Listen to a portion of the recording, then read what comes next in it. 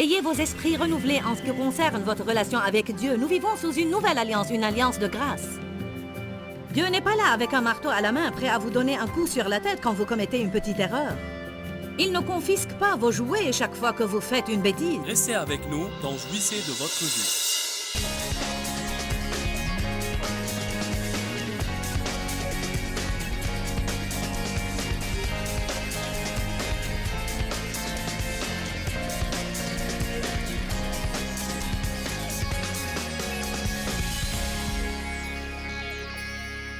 Mon enseignement ce soir est intitulé « Il rafraîchit et restaure mon âme ». J'aimerais lire le 23e psaume. « Le Seigneur est mon berger, pour me nourrir, me guider et me protéger. Je ne manquerai de rien. Je ne serai pas dans le besoin. Il me fait reposer dans de verts pâturages et il me dirige près des eaux paisibles. Il rafraîchit et restaure ma vie, mon âme. Il me conduit par les bons sentiers et il me mène sur le droit chemin, non car je l'ai mérité, mais pour l'honneur de son nom. Même si je marche dans la vallée de l'ombre de la mort, je ne crains aucun mal parce que tu es toujours avec moi. Ton bâton, ta houlette, me protège et ton appui me guide. Devant moi, tu dresses et apprêtes une table face à mes adversaires. Tu parfumes d'huile ma tête, ma coupe est enivrante. Sûrement, le bonheur et la grâce m'accompagneront tous les jours de ma vie et j'habiterai dans la maison de l'Éternel en sa présence à jamais. Je suis tellement reconnaissante car non seulement il restaure des choses dans ma vie, mais il me donne aussi régulièrement des temps de rafraîchissement. Plusieurs d'entre vous sont venus ce week-end et vous avez besoin de restauration. Mais d'autres ont déjà expérimenté la restauration avec Dieu. Vous avez marché avec Dieu assez longtemps. Et il y a eu de merveilleux et d'impressionnants changements dans votre vie. Et cela ne signifie pas que vous n'avez pas besoin de changer davantage. Mais vous êtes venus et ce dont vous aviez besoin était un rafraîchissement. Dieu ne fait pas tout simplement un travail dans notre vie et puis il ne fait jamais plus rien. Mais il continue à faire des travaux dans notre vie. Et quoi que vous fassiez dans la vie, quelle que soit votre occupation, même si vous faisiez ce que je fais, il y aura toujours des temps où vous vous sentirez là et fatigué. Et quoi que vous fassiez, il y aura des temps où vous en aurez assez de faire toujours la même chose. Vous pensez que vous voulez être le patron, mais quand vous le devenez, peut-être que personne ne vous donnera plus des ordres, mais vous aurez toujours beaucoup de responsabilités. Et quand vous avez beaucoup d'employés sous vos ordres, vous vous lasserez parfois d'essayer de les garder tous dans la bonne direction. Alors je vous dis, quel que soit votre métier, il y a un temps où vous allez vous en lasser. Alors ne regardez pas le métier de quelqu'un d'autre ou son occupation en pensant si seulement j'avais son métier. Nous avons tous besoin de temps de rafraîchissement. Dans Actes chapitre 23, je crois, il est écrit qu'il y a des temps de rafraîchissement dans la présence du Seigneur. Je crois que les gens sont rafraîchis dans cet endroit ce soir, mais ce verset dit « Il rafraîchit et restaure mon âme ». Je veux vous dire quelque chose. L'âme d'un croyant est extrêmement importante. À la nouvelle naissance, Dieu fait un travail dans notre esprit. Si quelqu'un est en Christ, il est une nouvelle créature. Les choses anciennes sont passées, voici, toutes choses sont devenues nouvelles. Ça ne veut pas dire que vos circonstances changent et que si vous êtes chauve, vous aurez des cheveux sur la tête. Même si un travail a été fait dans votre esprit, en fait, un travail parfait a été fait dans votre esprit quand Jésus vient habiter en nous et vous êtes le temple de l'Esprit Saint.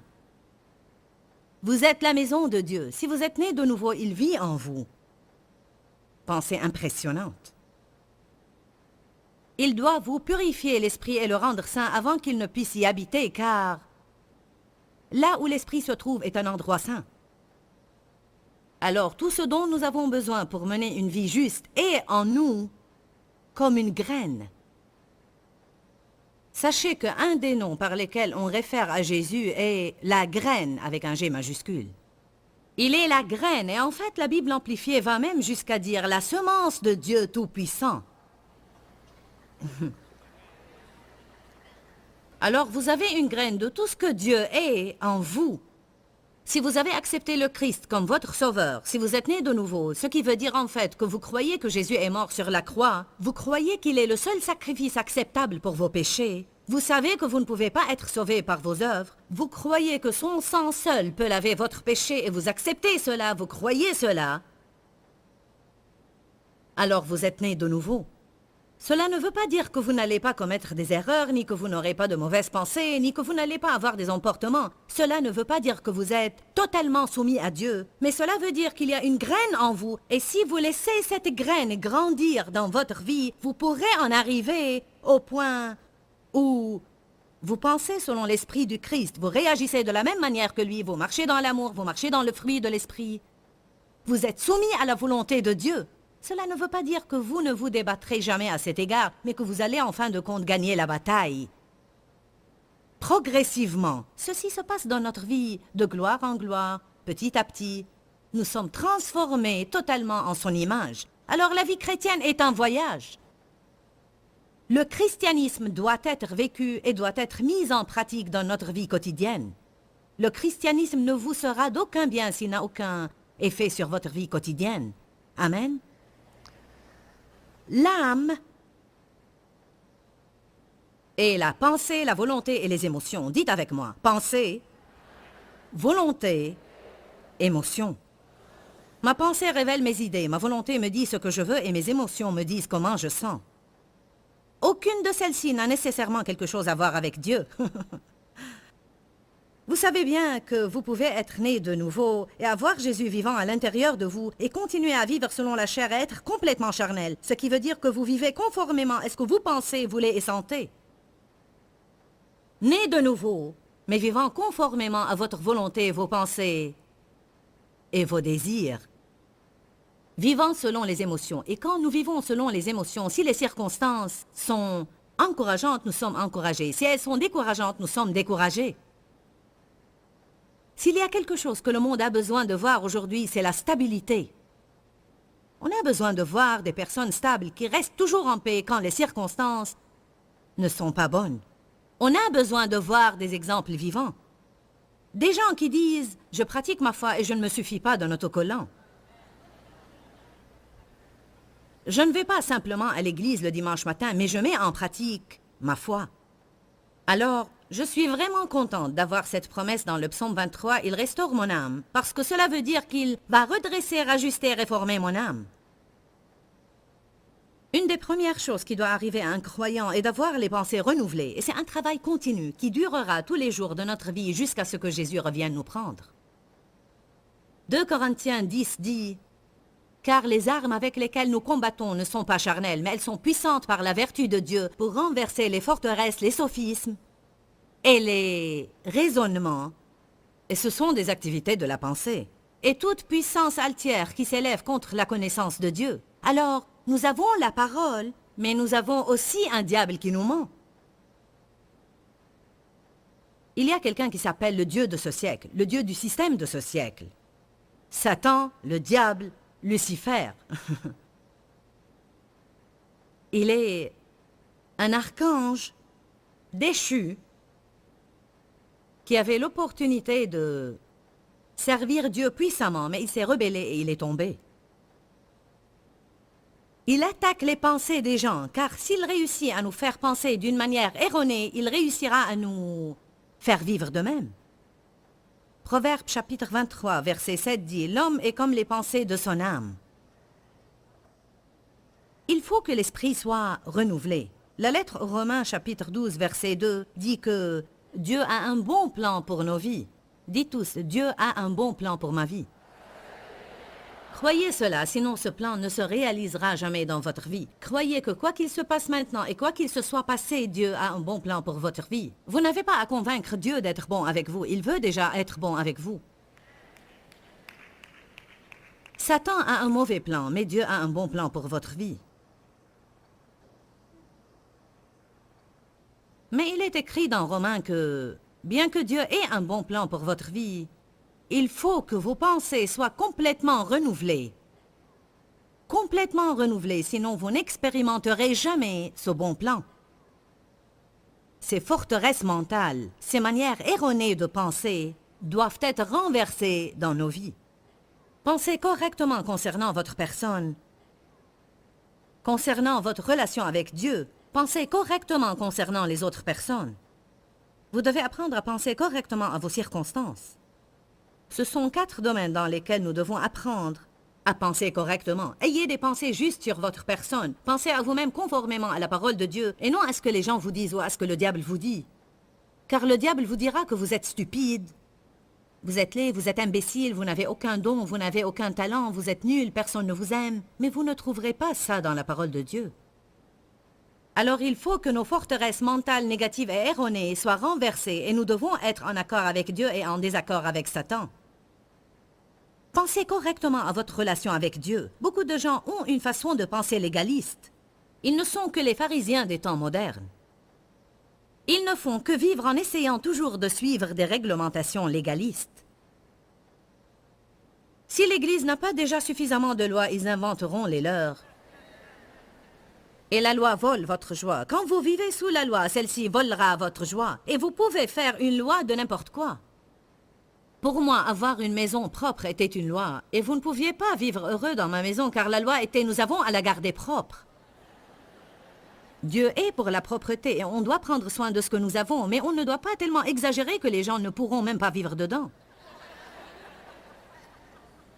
Je disais à mes enfants de faire sortir leurs jouets, puis de les ranger tout de suite. Allez jouer, rangez cette pagaille. Allez jouer. Mettez le tout en ordre. J'avais littéralement fait une loi de ça. Pourquoi? Car je tirais ma valeur et mon importance de l'apparence qu'avait ma maison quand mes amis y entraient. Allez maintenant. La loi nous rend extrémistes. En fait, la loi transforme tout en un esclavage légaliste et rituel. La prière peut devenir une loi. Combien nous prions chaque jour devient une loi. Lire la Bible peut devenir une loi. Combien nous lisons la Bible chaque jour devient une loi.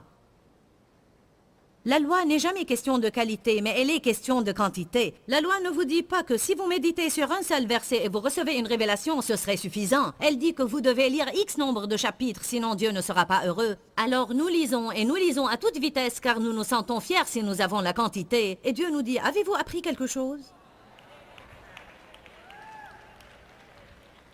Allez maintenant.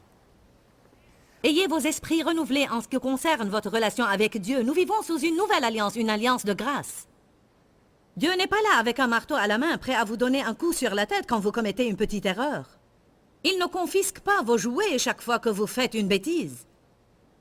Si nous vivons exprès d'une manière rebelle, si nous avons la connaissance et nous refusons de faire ce que Dieu nous dit de faire, oui, il y aura un châtiment pour ça.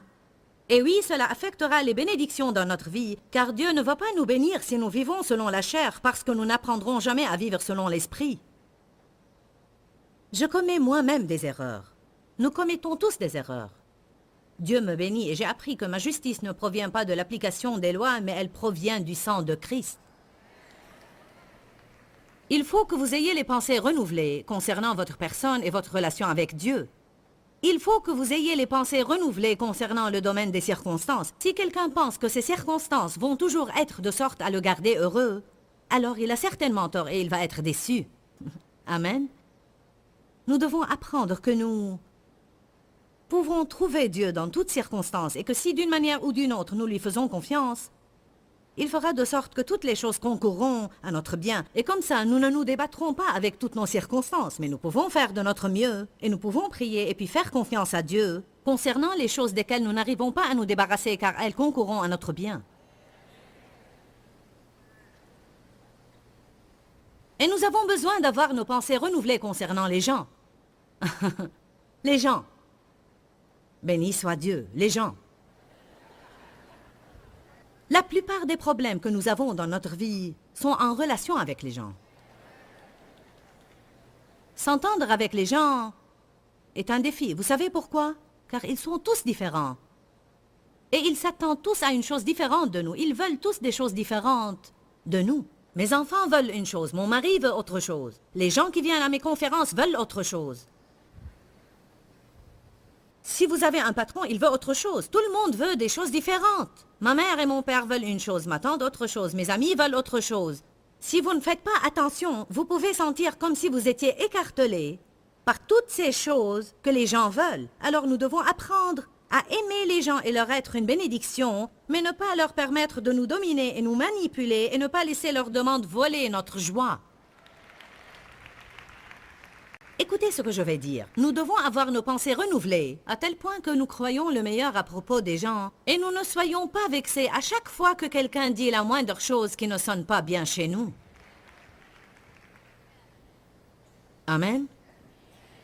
Il n'y a rien de plus mauvais que de vivre offensé tout le temps, toujours énervé de quelqu'un, susceptible, susceptible, susceptible, susceptible. C'est une partie de la restauration que Dieu veut faire dans notre âme. Ce sont des domaines importants et concrets. Vous ne pouvez pas jouir de votre vie si vos pensées ne sont pas renouvelées. Vous devez apprendre à penser différemment de votre personne. Qui d'entre vous a besoin d'apprendre à penser différemment de sa personne? Ah, gloire! J'avais l'habitude d'avoir une mauvaise attitude envers moi-même. Et maintenant, je rends le diable furieux quand je dis « j'aime ma personne ». Il y a des gens qui pensent quand je dis cela, je ne sais pas si tu aurais dû dire cela. Serait-il mieux de dire je hais ma personne? En fait, je ne suis pas amoureuse de ma personne. Mais j'aime ma personne d'une manière modérée. J'ai accepté ma personne parce que je ne vais jamais lui échapper. Franchement, je ne veux pas vivre avec quelqu'un que je n'aime pas et être avec lui 24 heures par jour, 7 jours par semaine.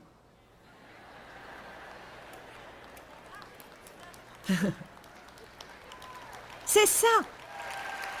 Je suis ce que je suis. J'essaye de changer aussi rapidement que possible. Et vous n'êtes pas parfait non plus.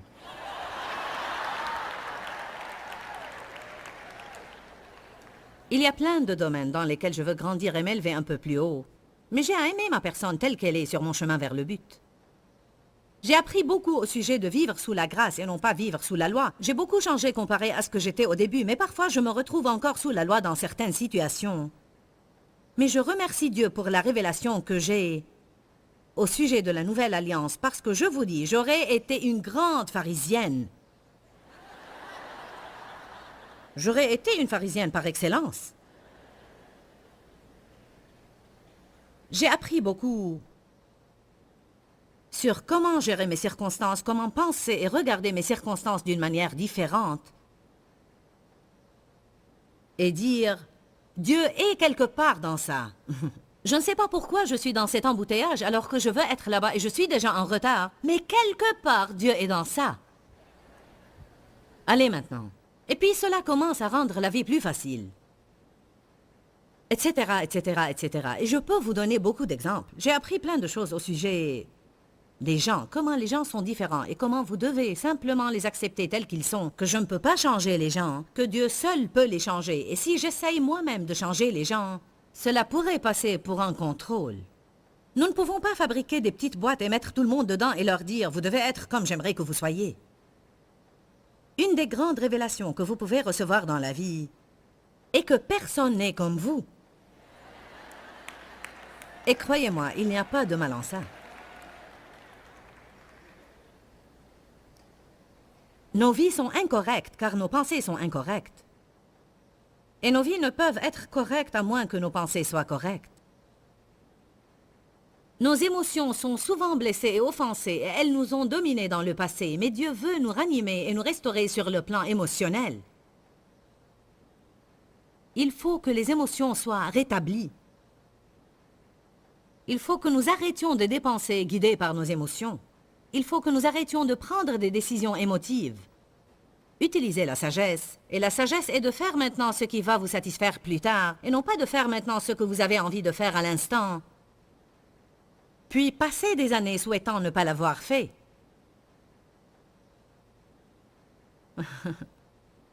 Les émotions sont en fait notre premier plus grand ennemi.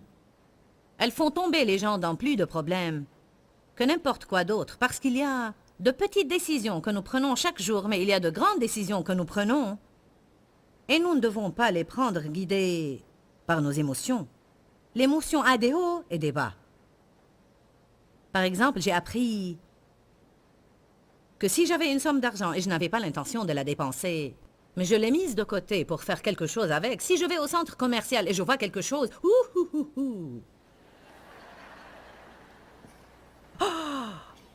75% de réduction, il faut que j'achète ça. Nous sommes tellement stupides que nous l'achèterions même si nous ne l'aimons pas, simplement parce qu'il y a 75% de réduction. Car nous pensons que nous avons acquéri quelque chose. Les gens pourraient avoir de différentes faiblesses. Pour une femme, ça pourrait être des vêtements et des bijoux. Et pour un homme, ça pourrait être des voitures et des motos. Mais nous avons tous un domaine donné dans lequel on a une faiblesse. Mais nous devons être attentifs pour ne pas devenir émotifs et acheter des choses impulsivement dont nous n'aimerions pas payer la facture le reste de notre vie. J'ai appris que je pouvais être tout excitée au sujet de quelque chose. Ah oui, je dois l'avoir, oui, je dois l'avoir, je dois l'avoir. Oh oui, ça vaut la peine, ça vaut la peine. Mais je vais vous donner une sagesse qui vient de l'Esprit Saint. Éloignez-vous de cette chose pour 10 minutes. Promenez-vous dans le centre commercial. Vous serez surpris tout à coup. C'est comme... Je ne sais pas si je veux ça ou non. Vous ne pouvez pas laisser vos émotions vous dominer. Sinon, vous allez vivre dans le regret toute votre vie. Vous allez vivre dans le regret toute votre vie. Allez au psaume 94, verset 12.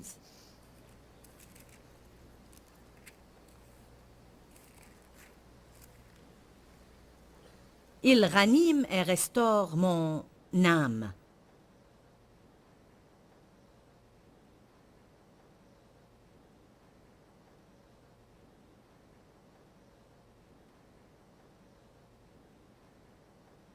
Béni, heureux, chanceux et joyeux, l'homme que tu corriges, Seigneur, que tu enseignes par ta loi. Dieu nous discipline et nous enseigne. Verset 13. Pour le calmer et le reposer au jour du malheur, pendant que se creuse une fosse pour les impies. J'aime ces écritures saintes car elles disent que Dieu va continuer à me discipliner et à m'instruire jusqu'à ce qu'il m'enseigne finalement à rester calme durant les mauvais jours. Notre puissance est à peu près vaine si nous ne savons pas comment. La puissance que nous avons en tant que croyants est à peu près inutile si nous ne savons pas comment rester calme face à l'adversité. S'il suffit que le diable nous trouve un problème pour qu'on perde notre paix et pour que nos émotions soient un désastre tout au long de notre vie.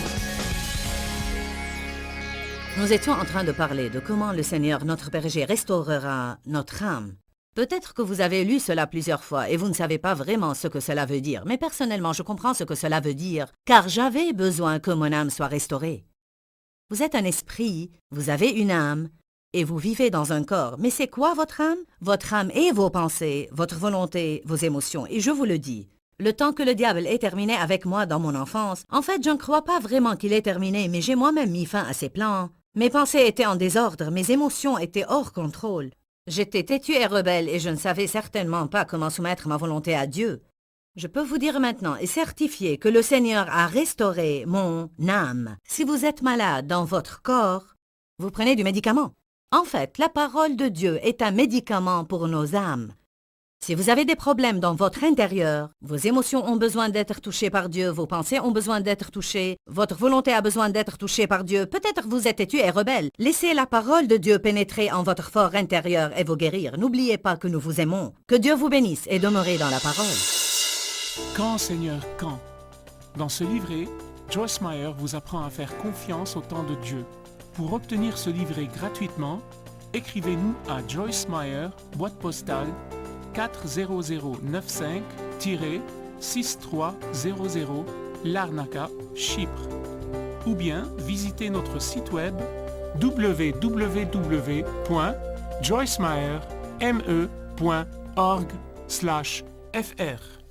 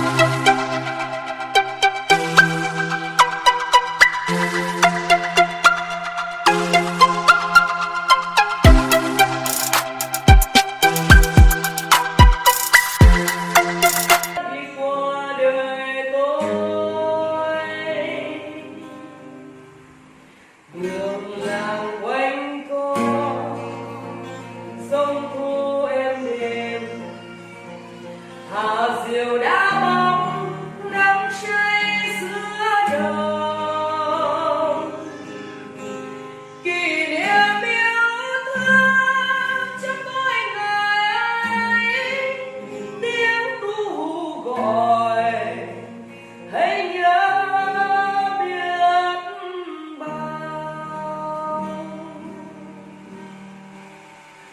Tôi xa quê bao năm tháng qua, nhưng trong trái tim không bao giờ xa. Lời mẹ ru con hiu hiu chưa hè mùa lụt nước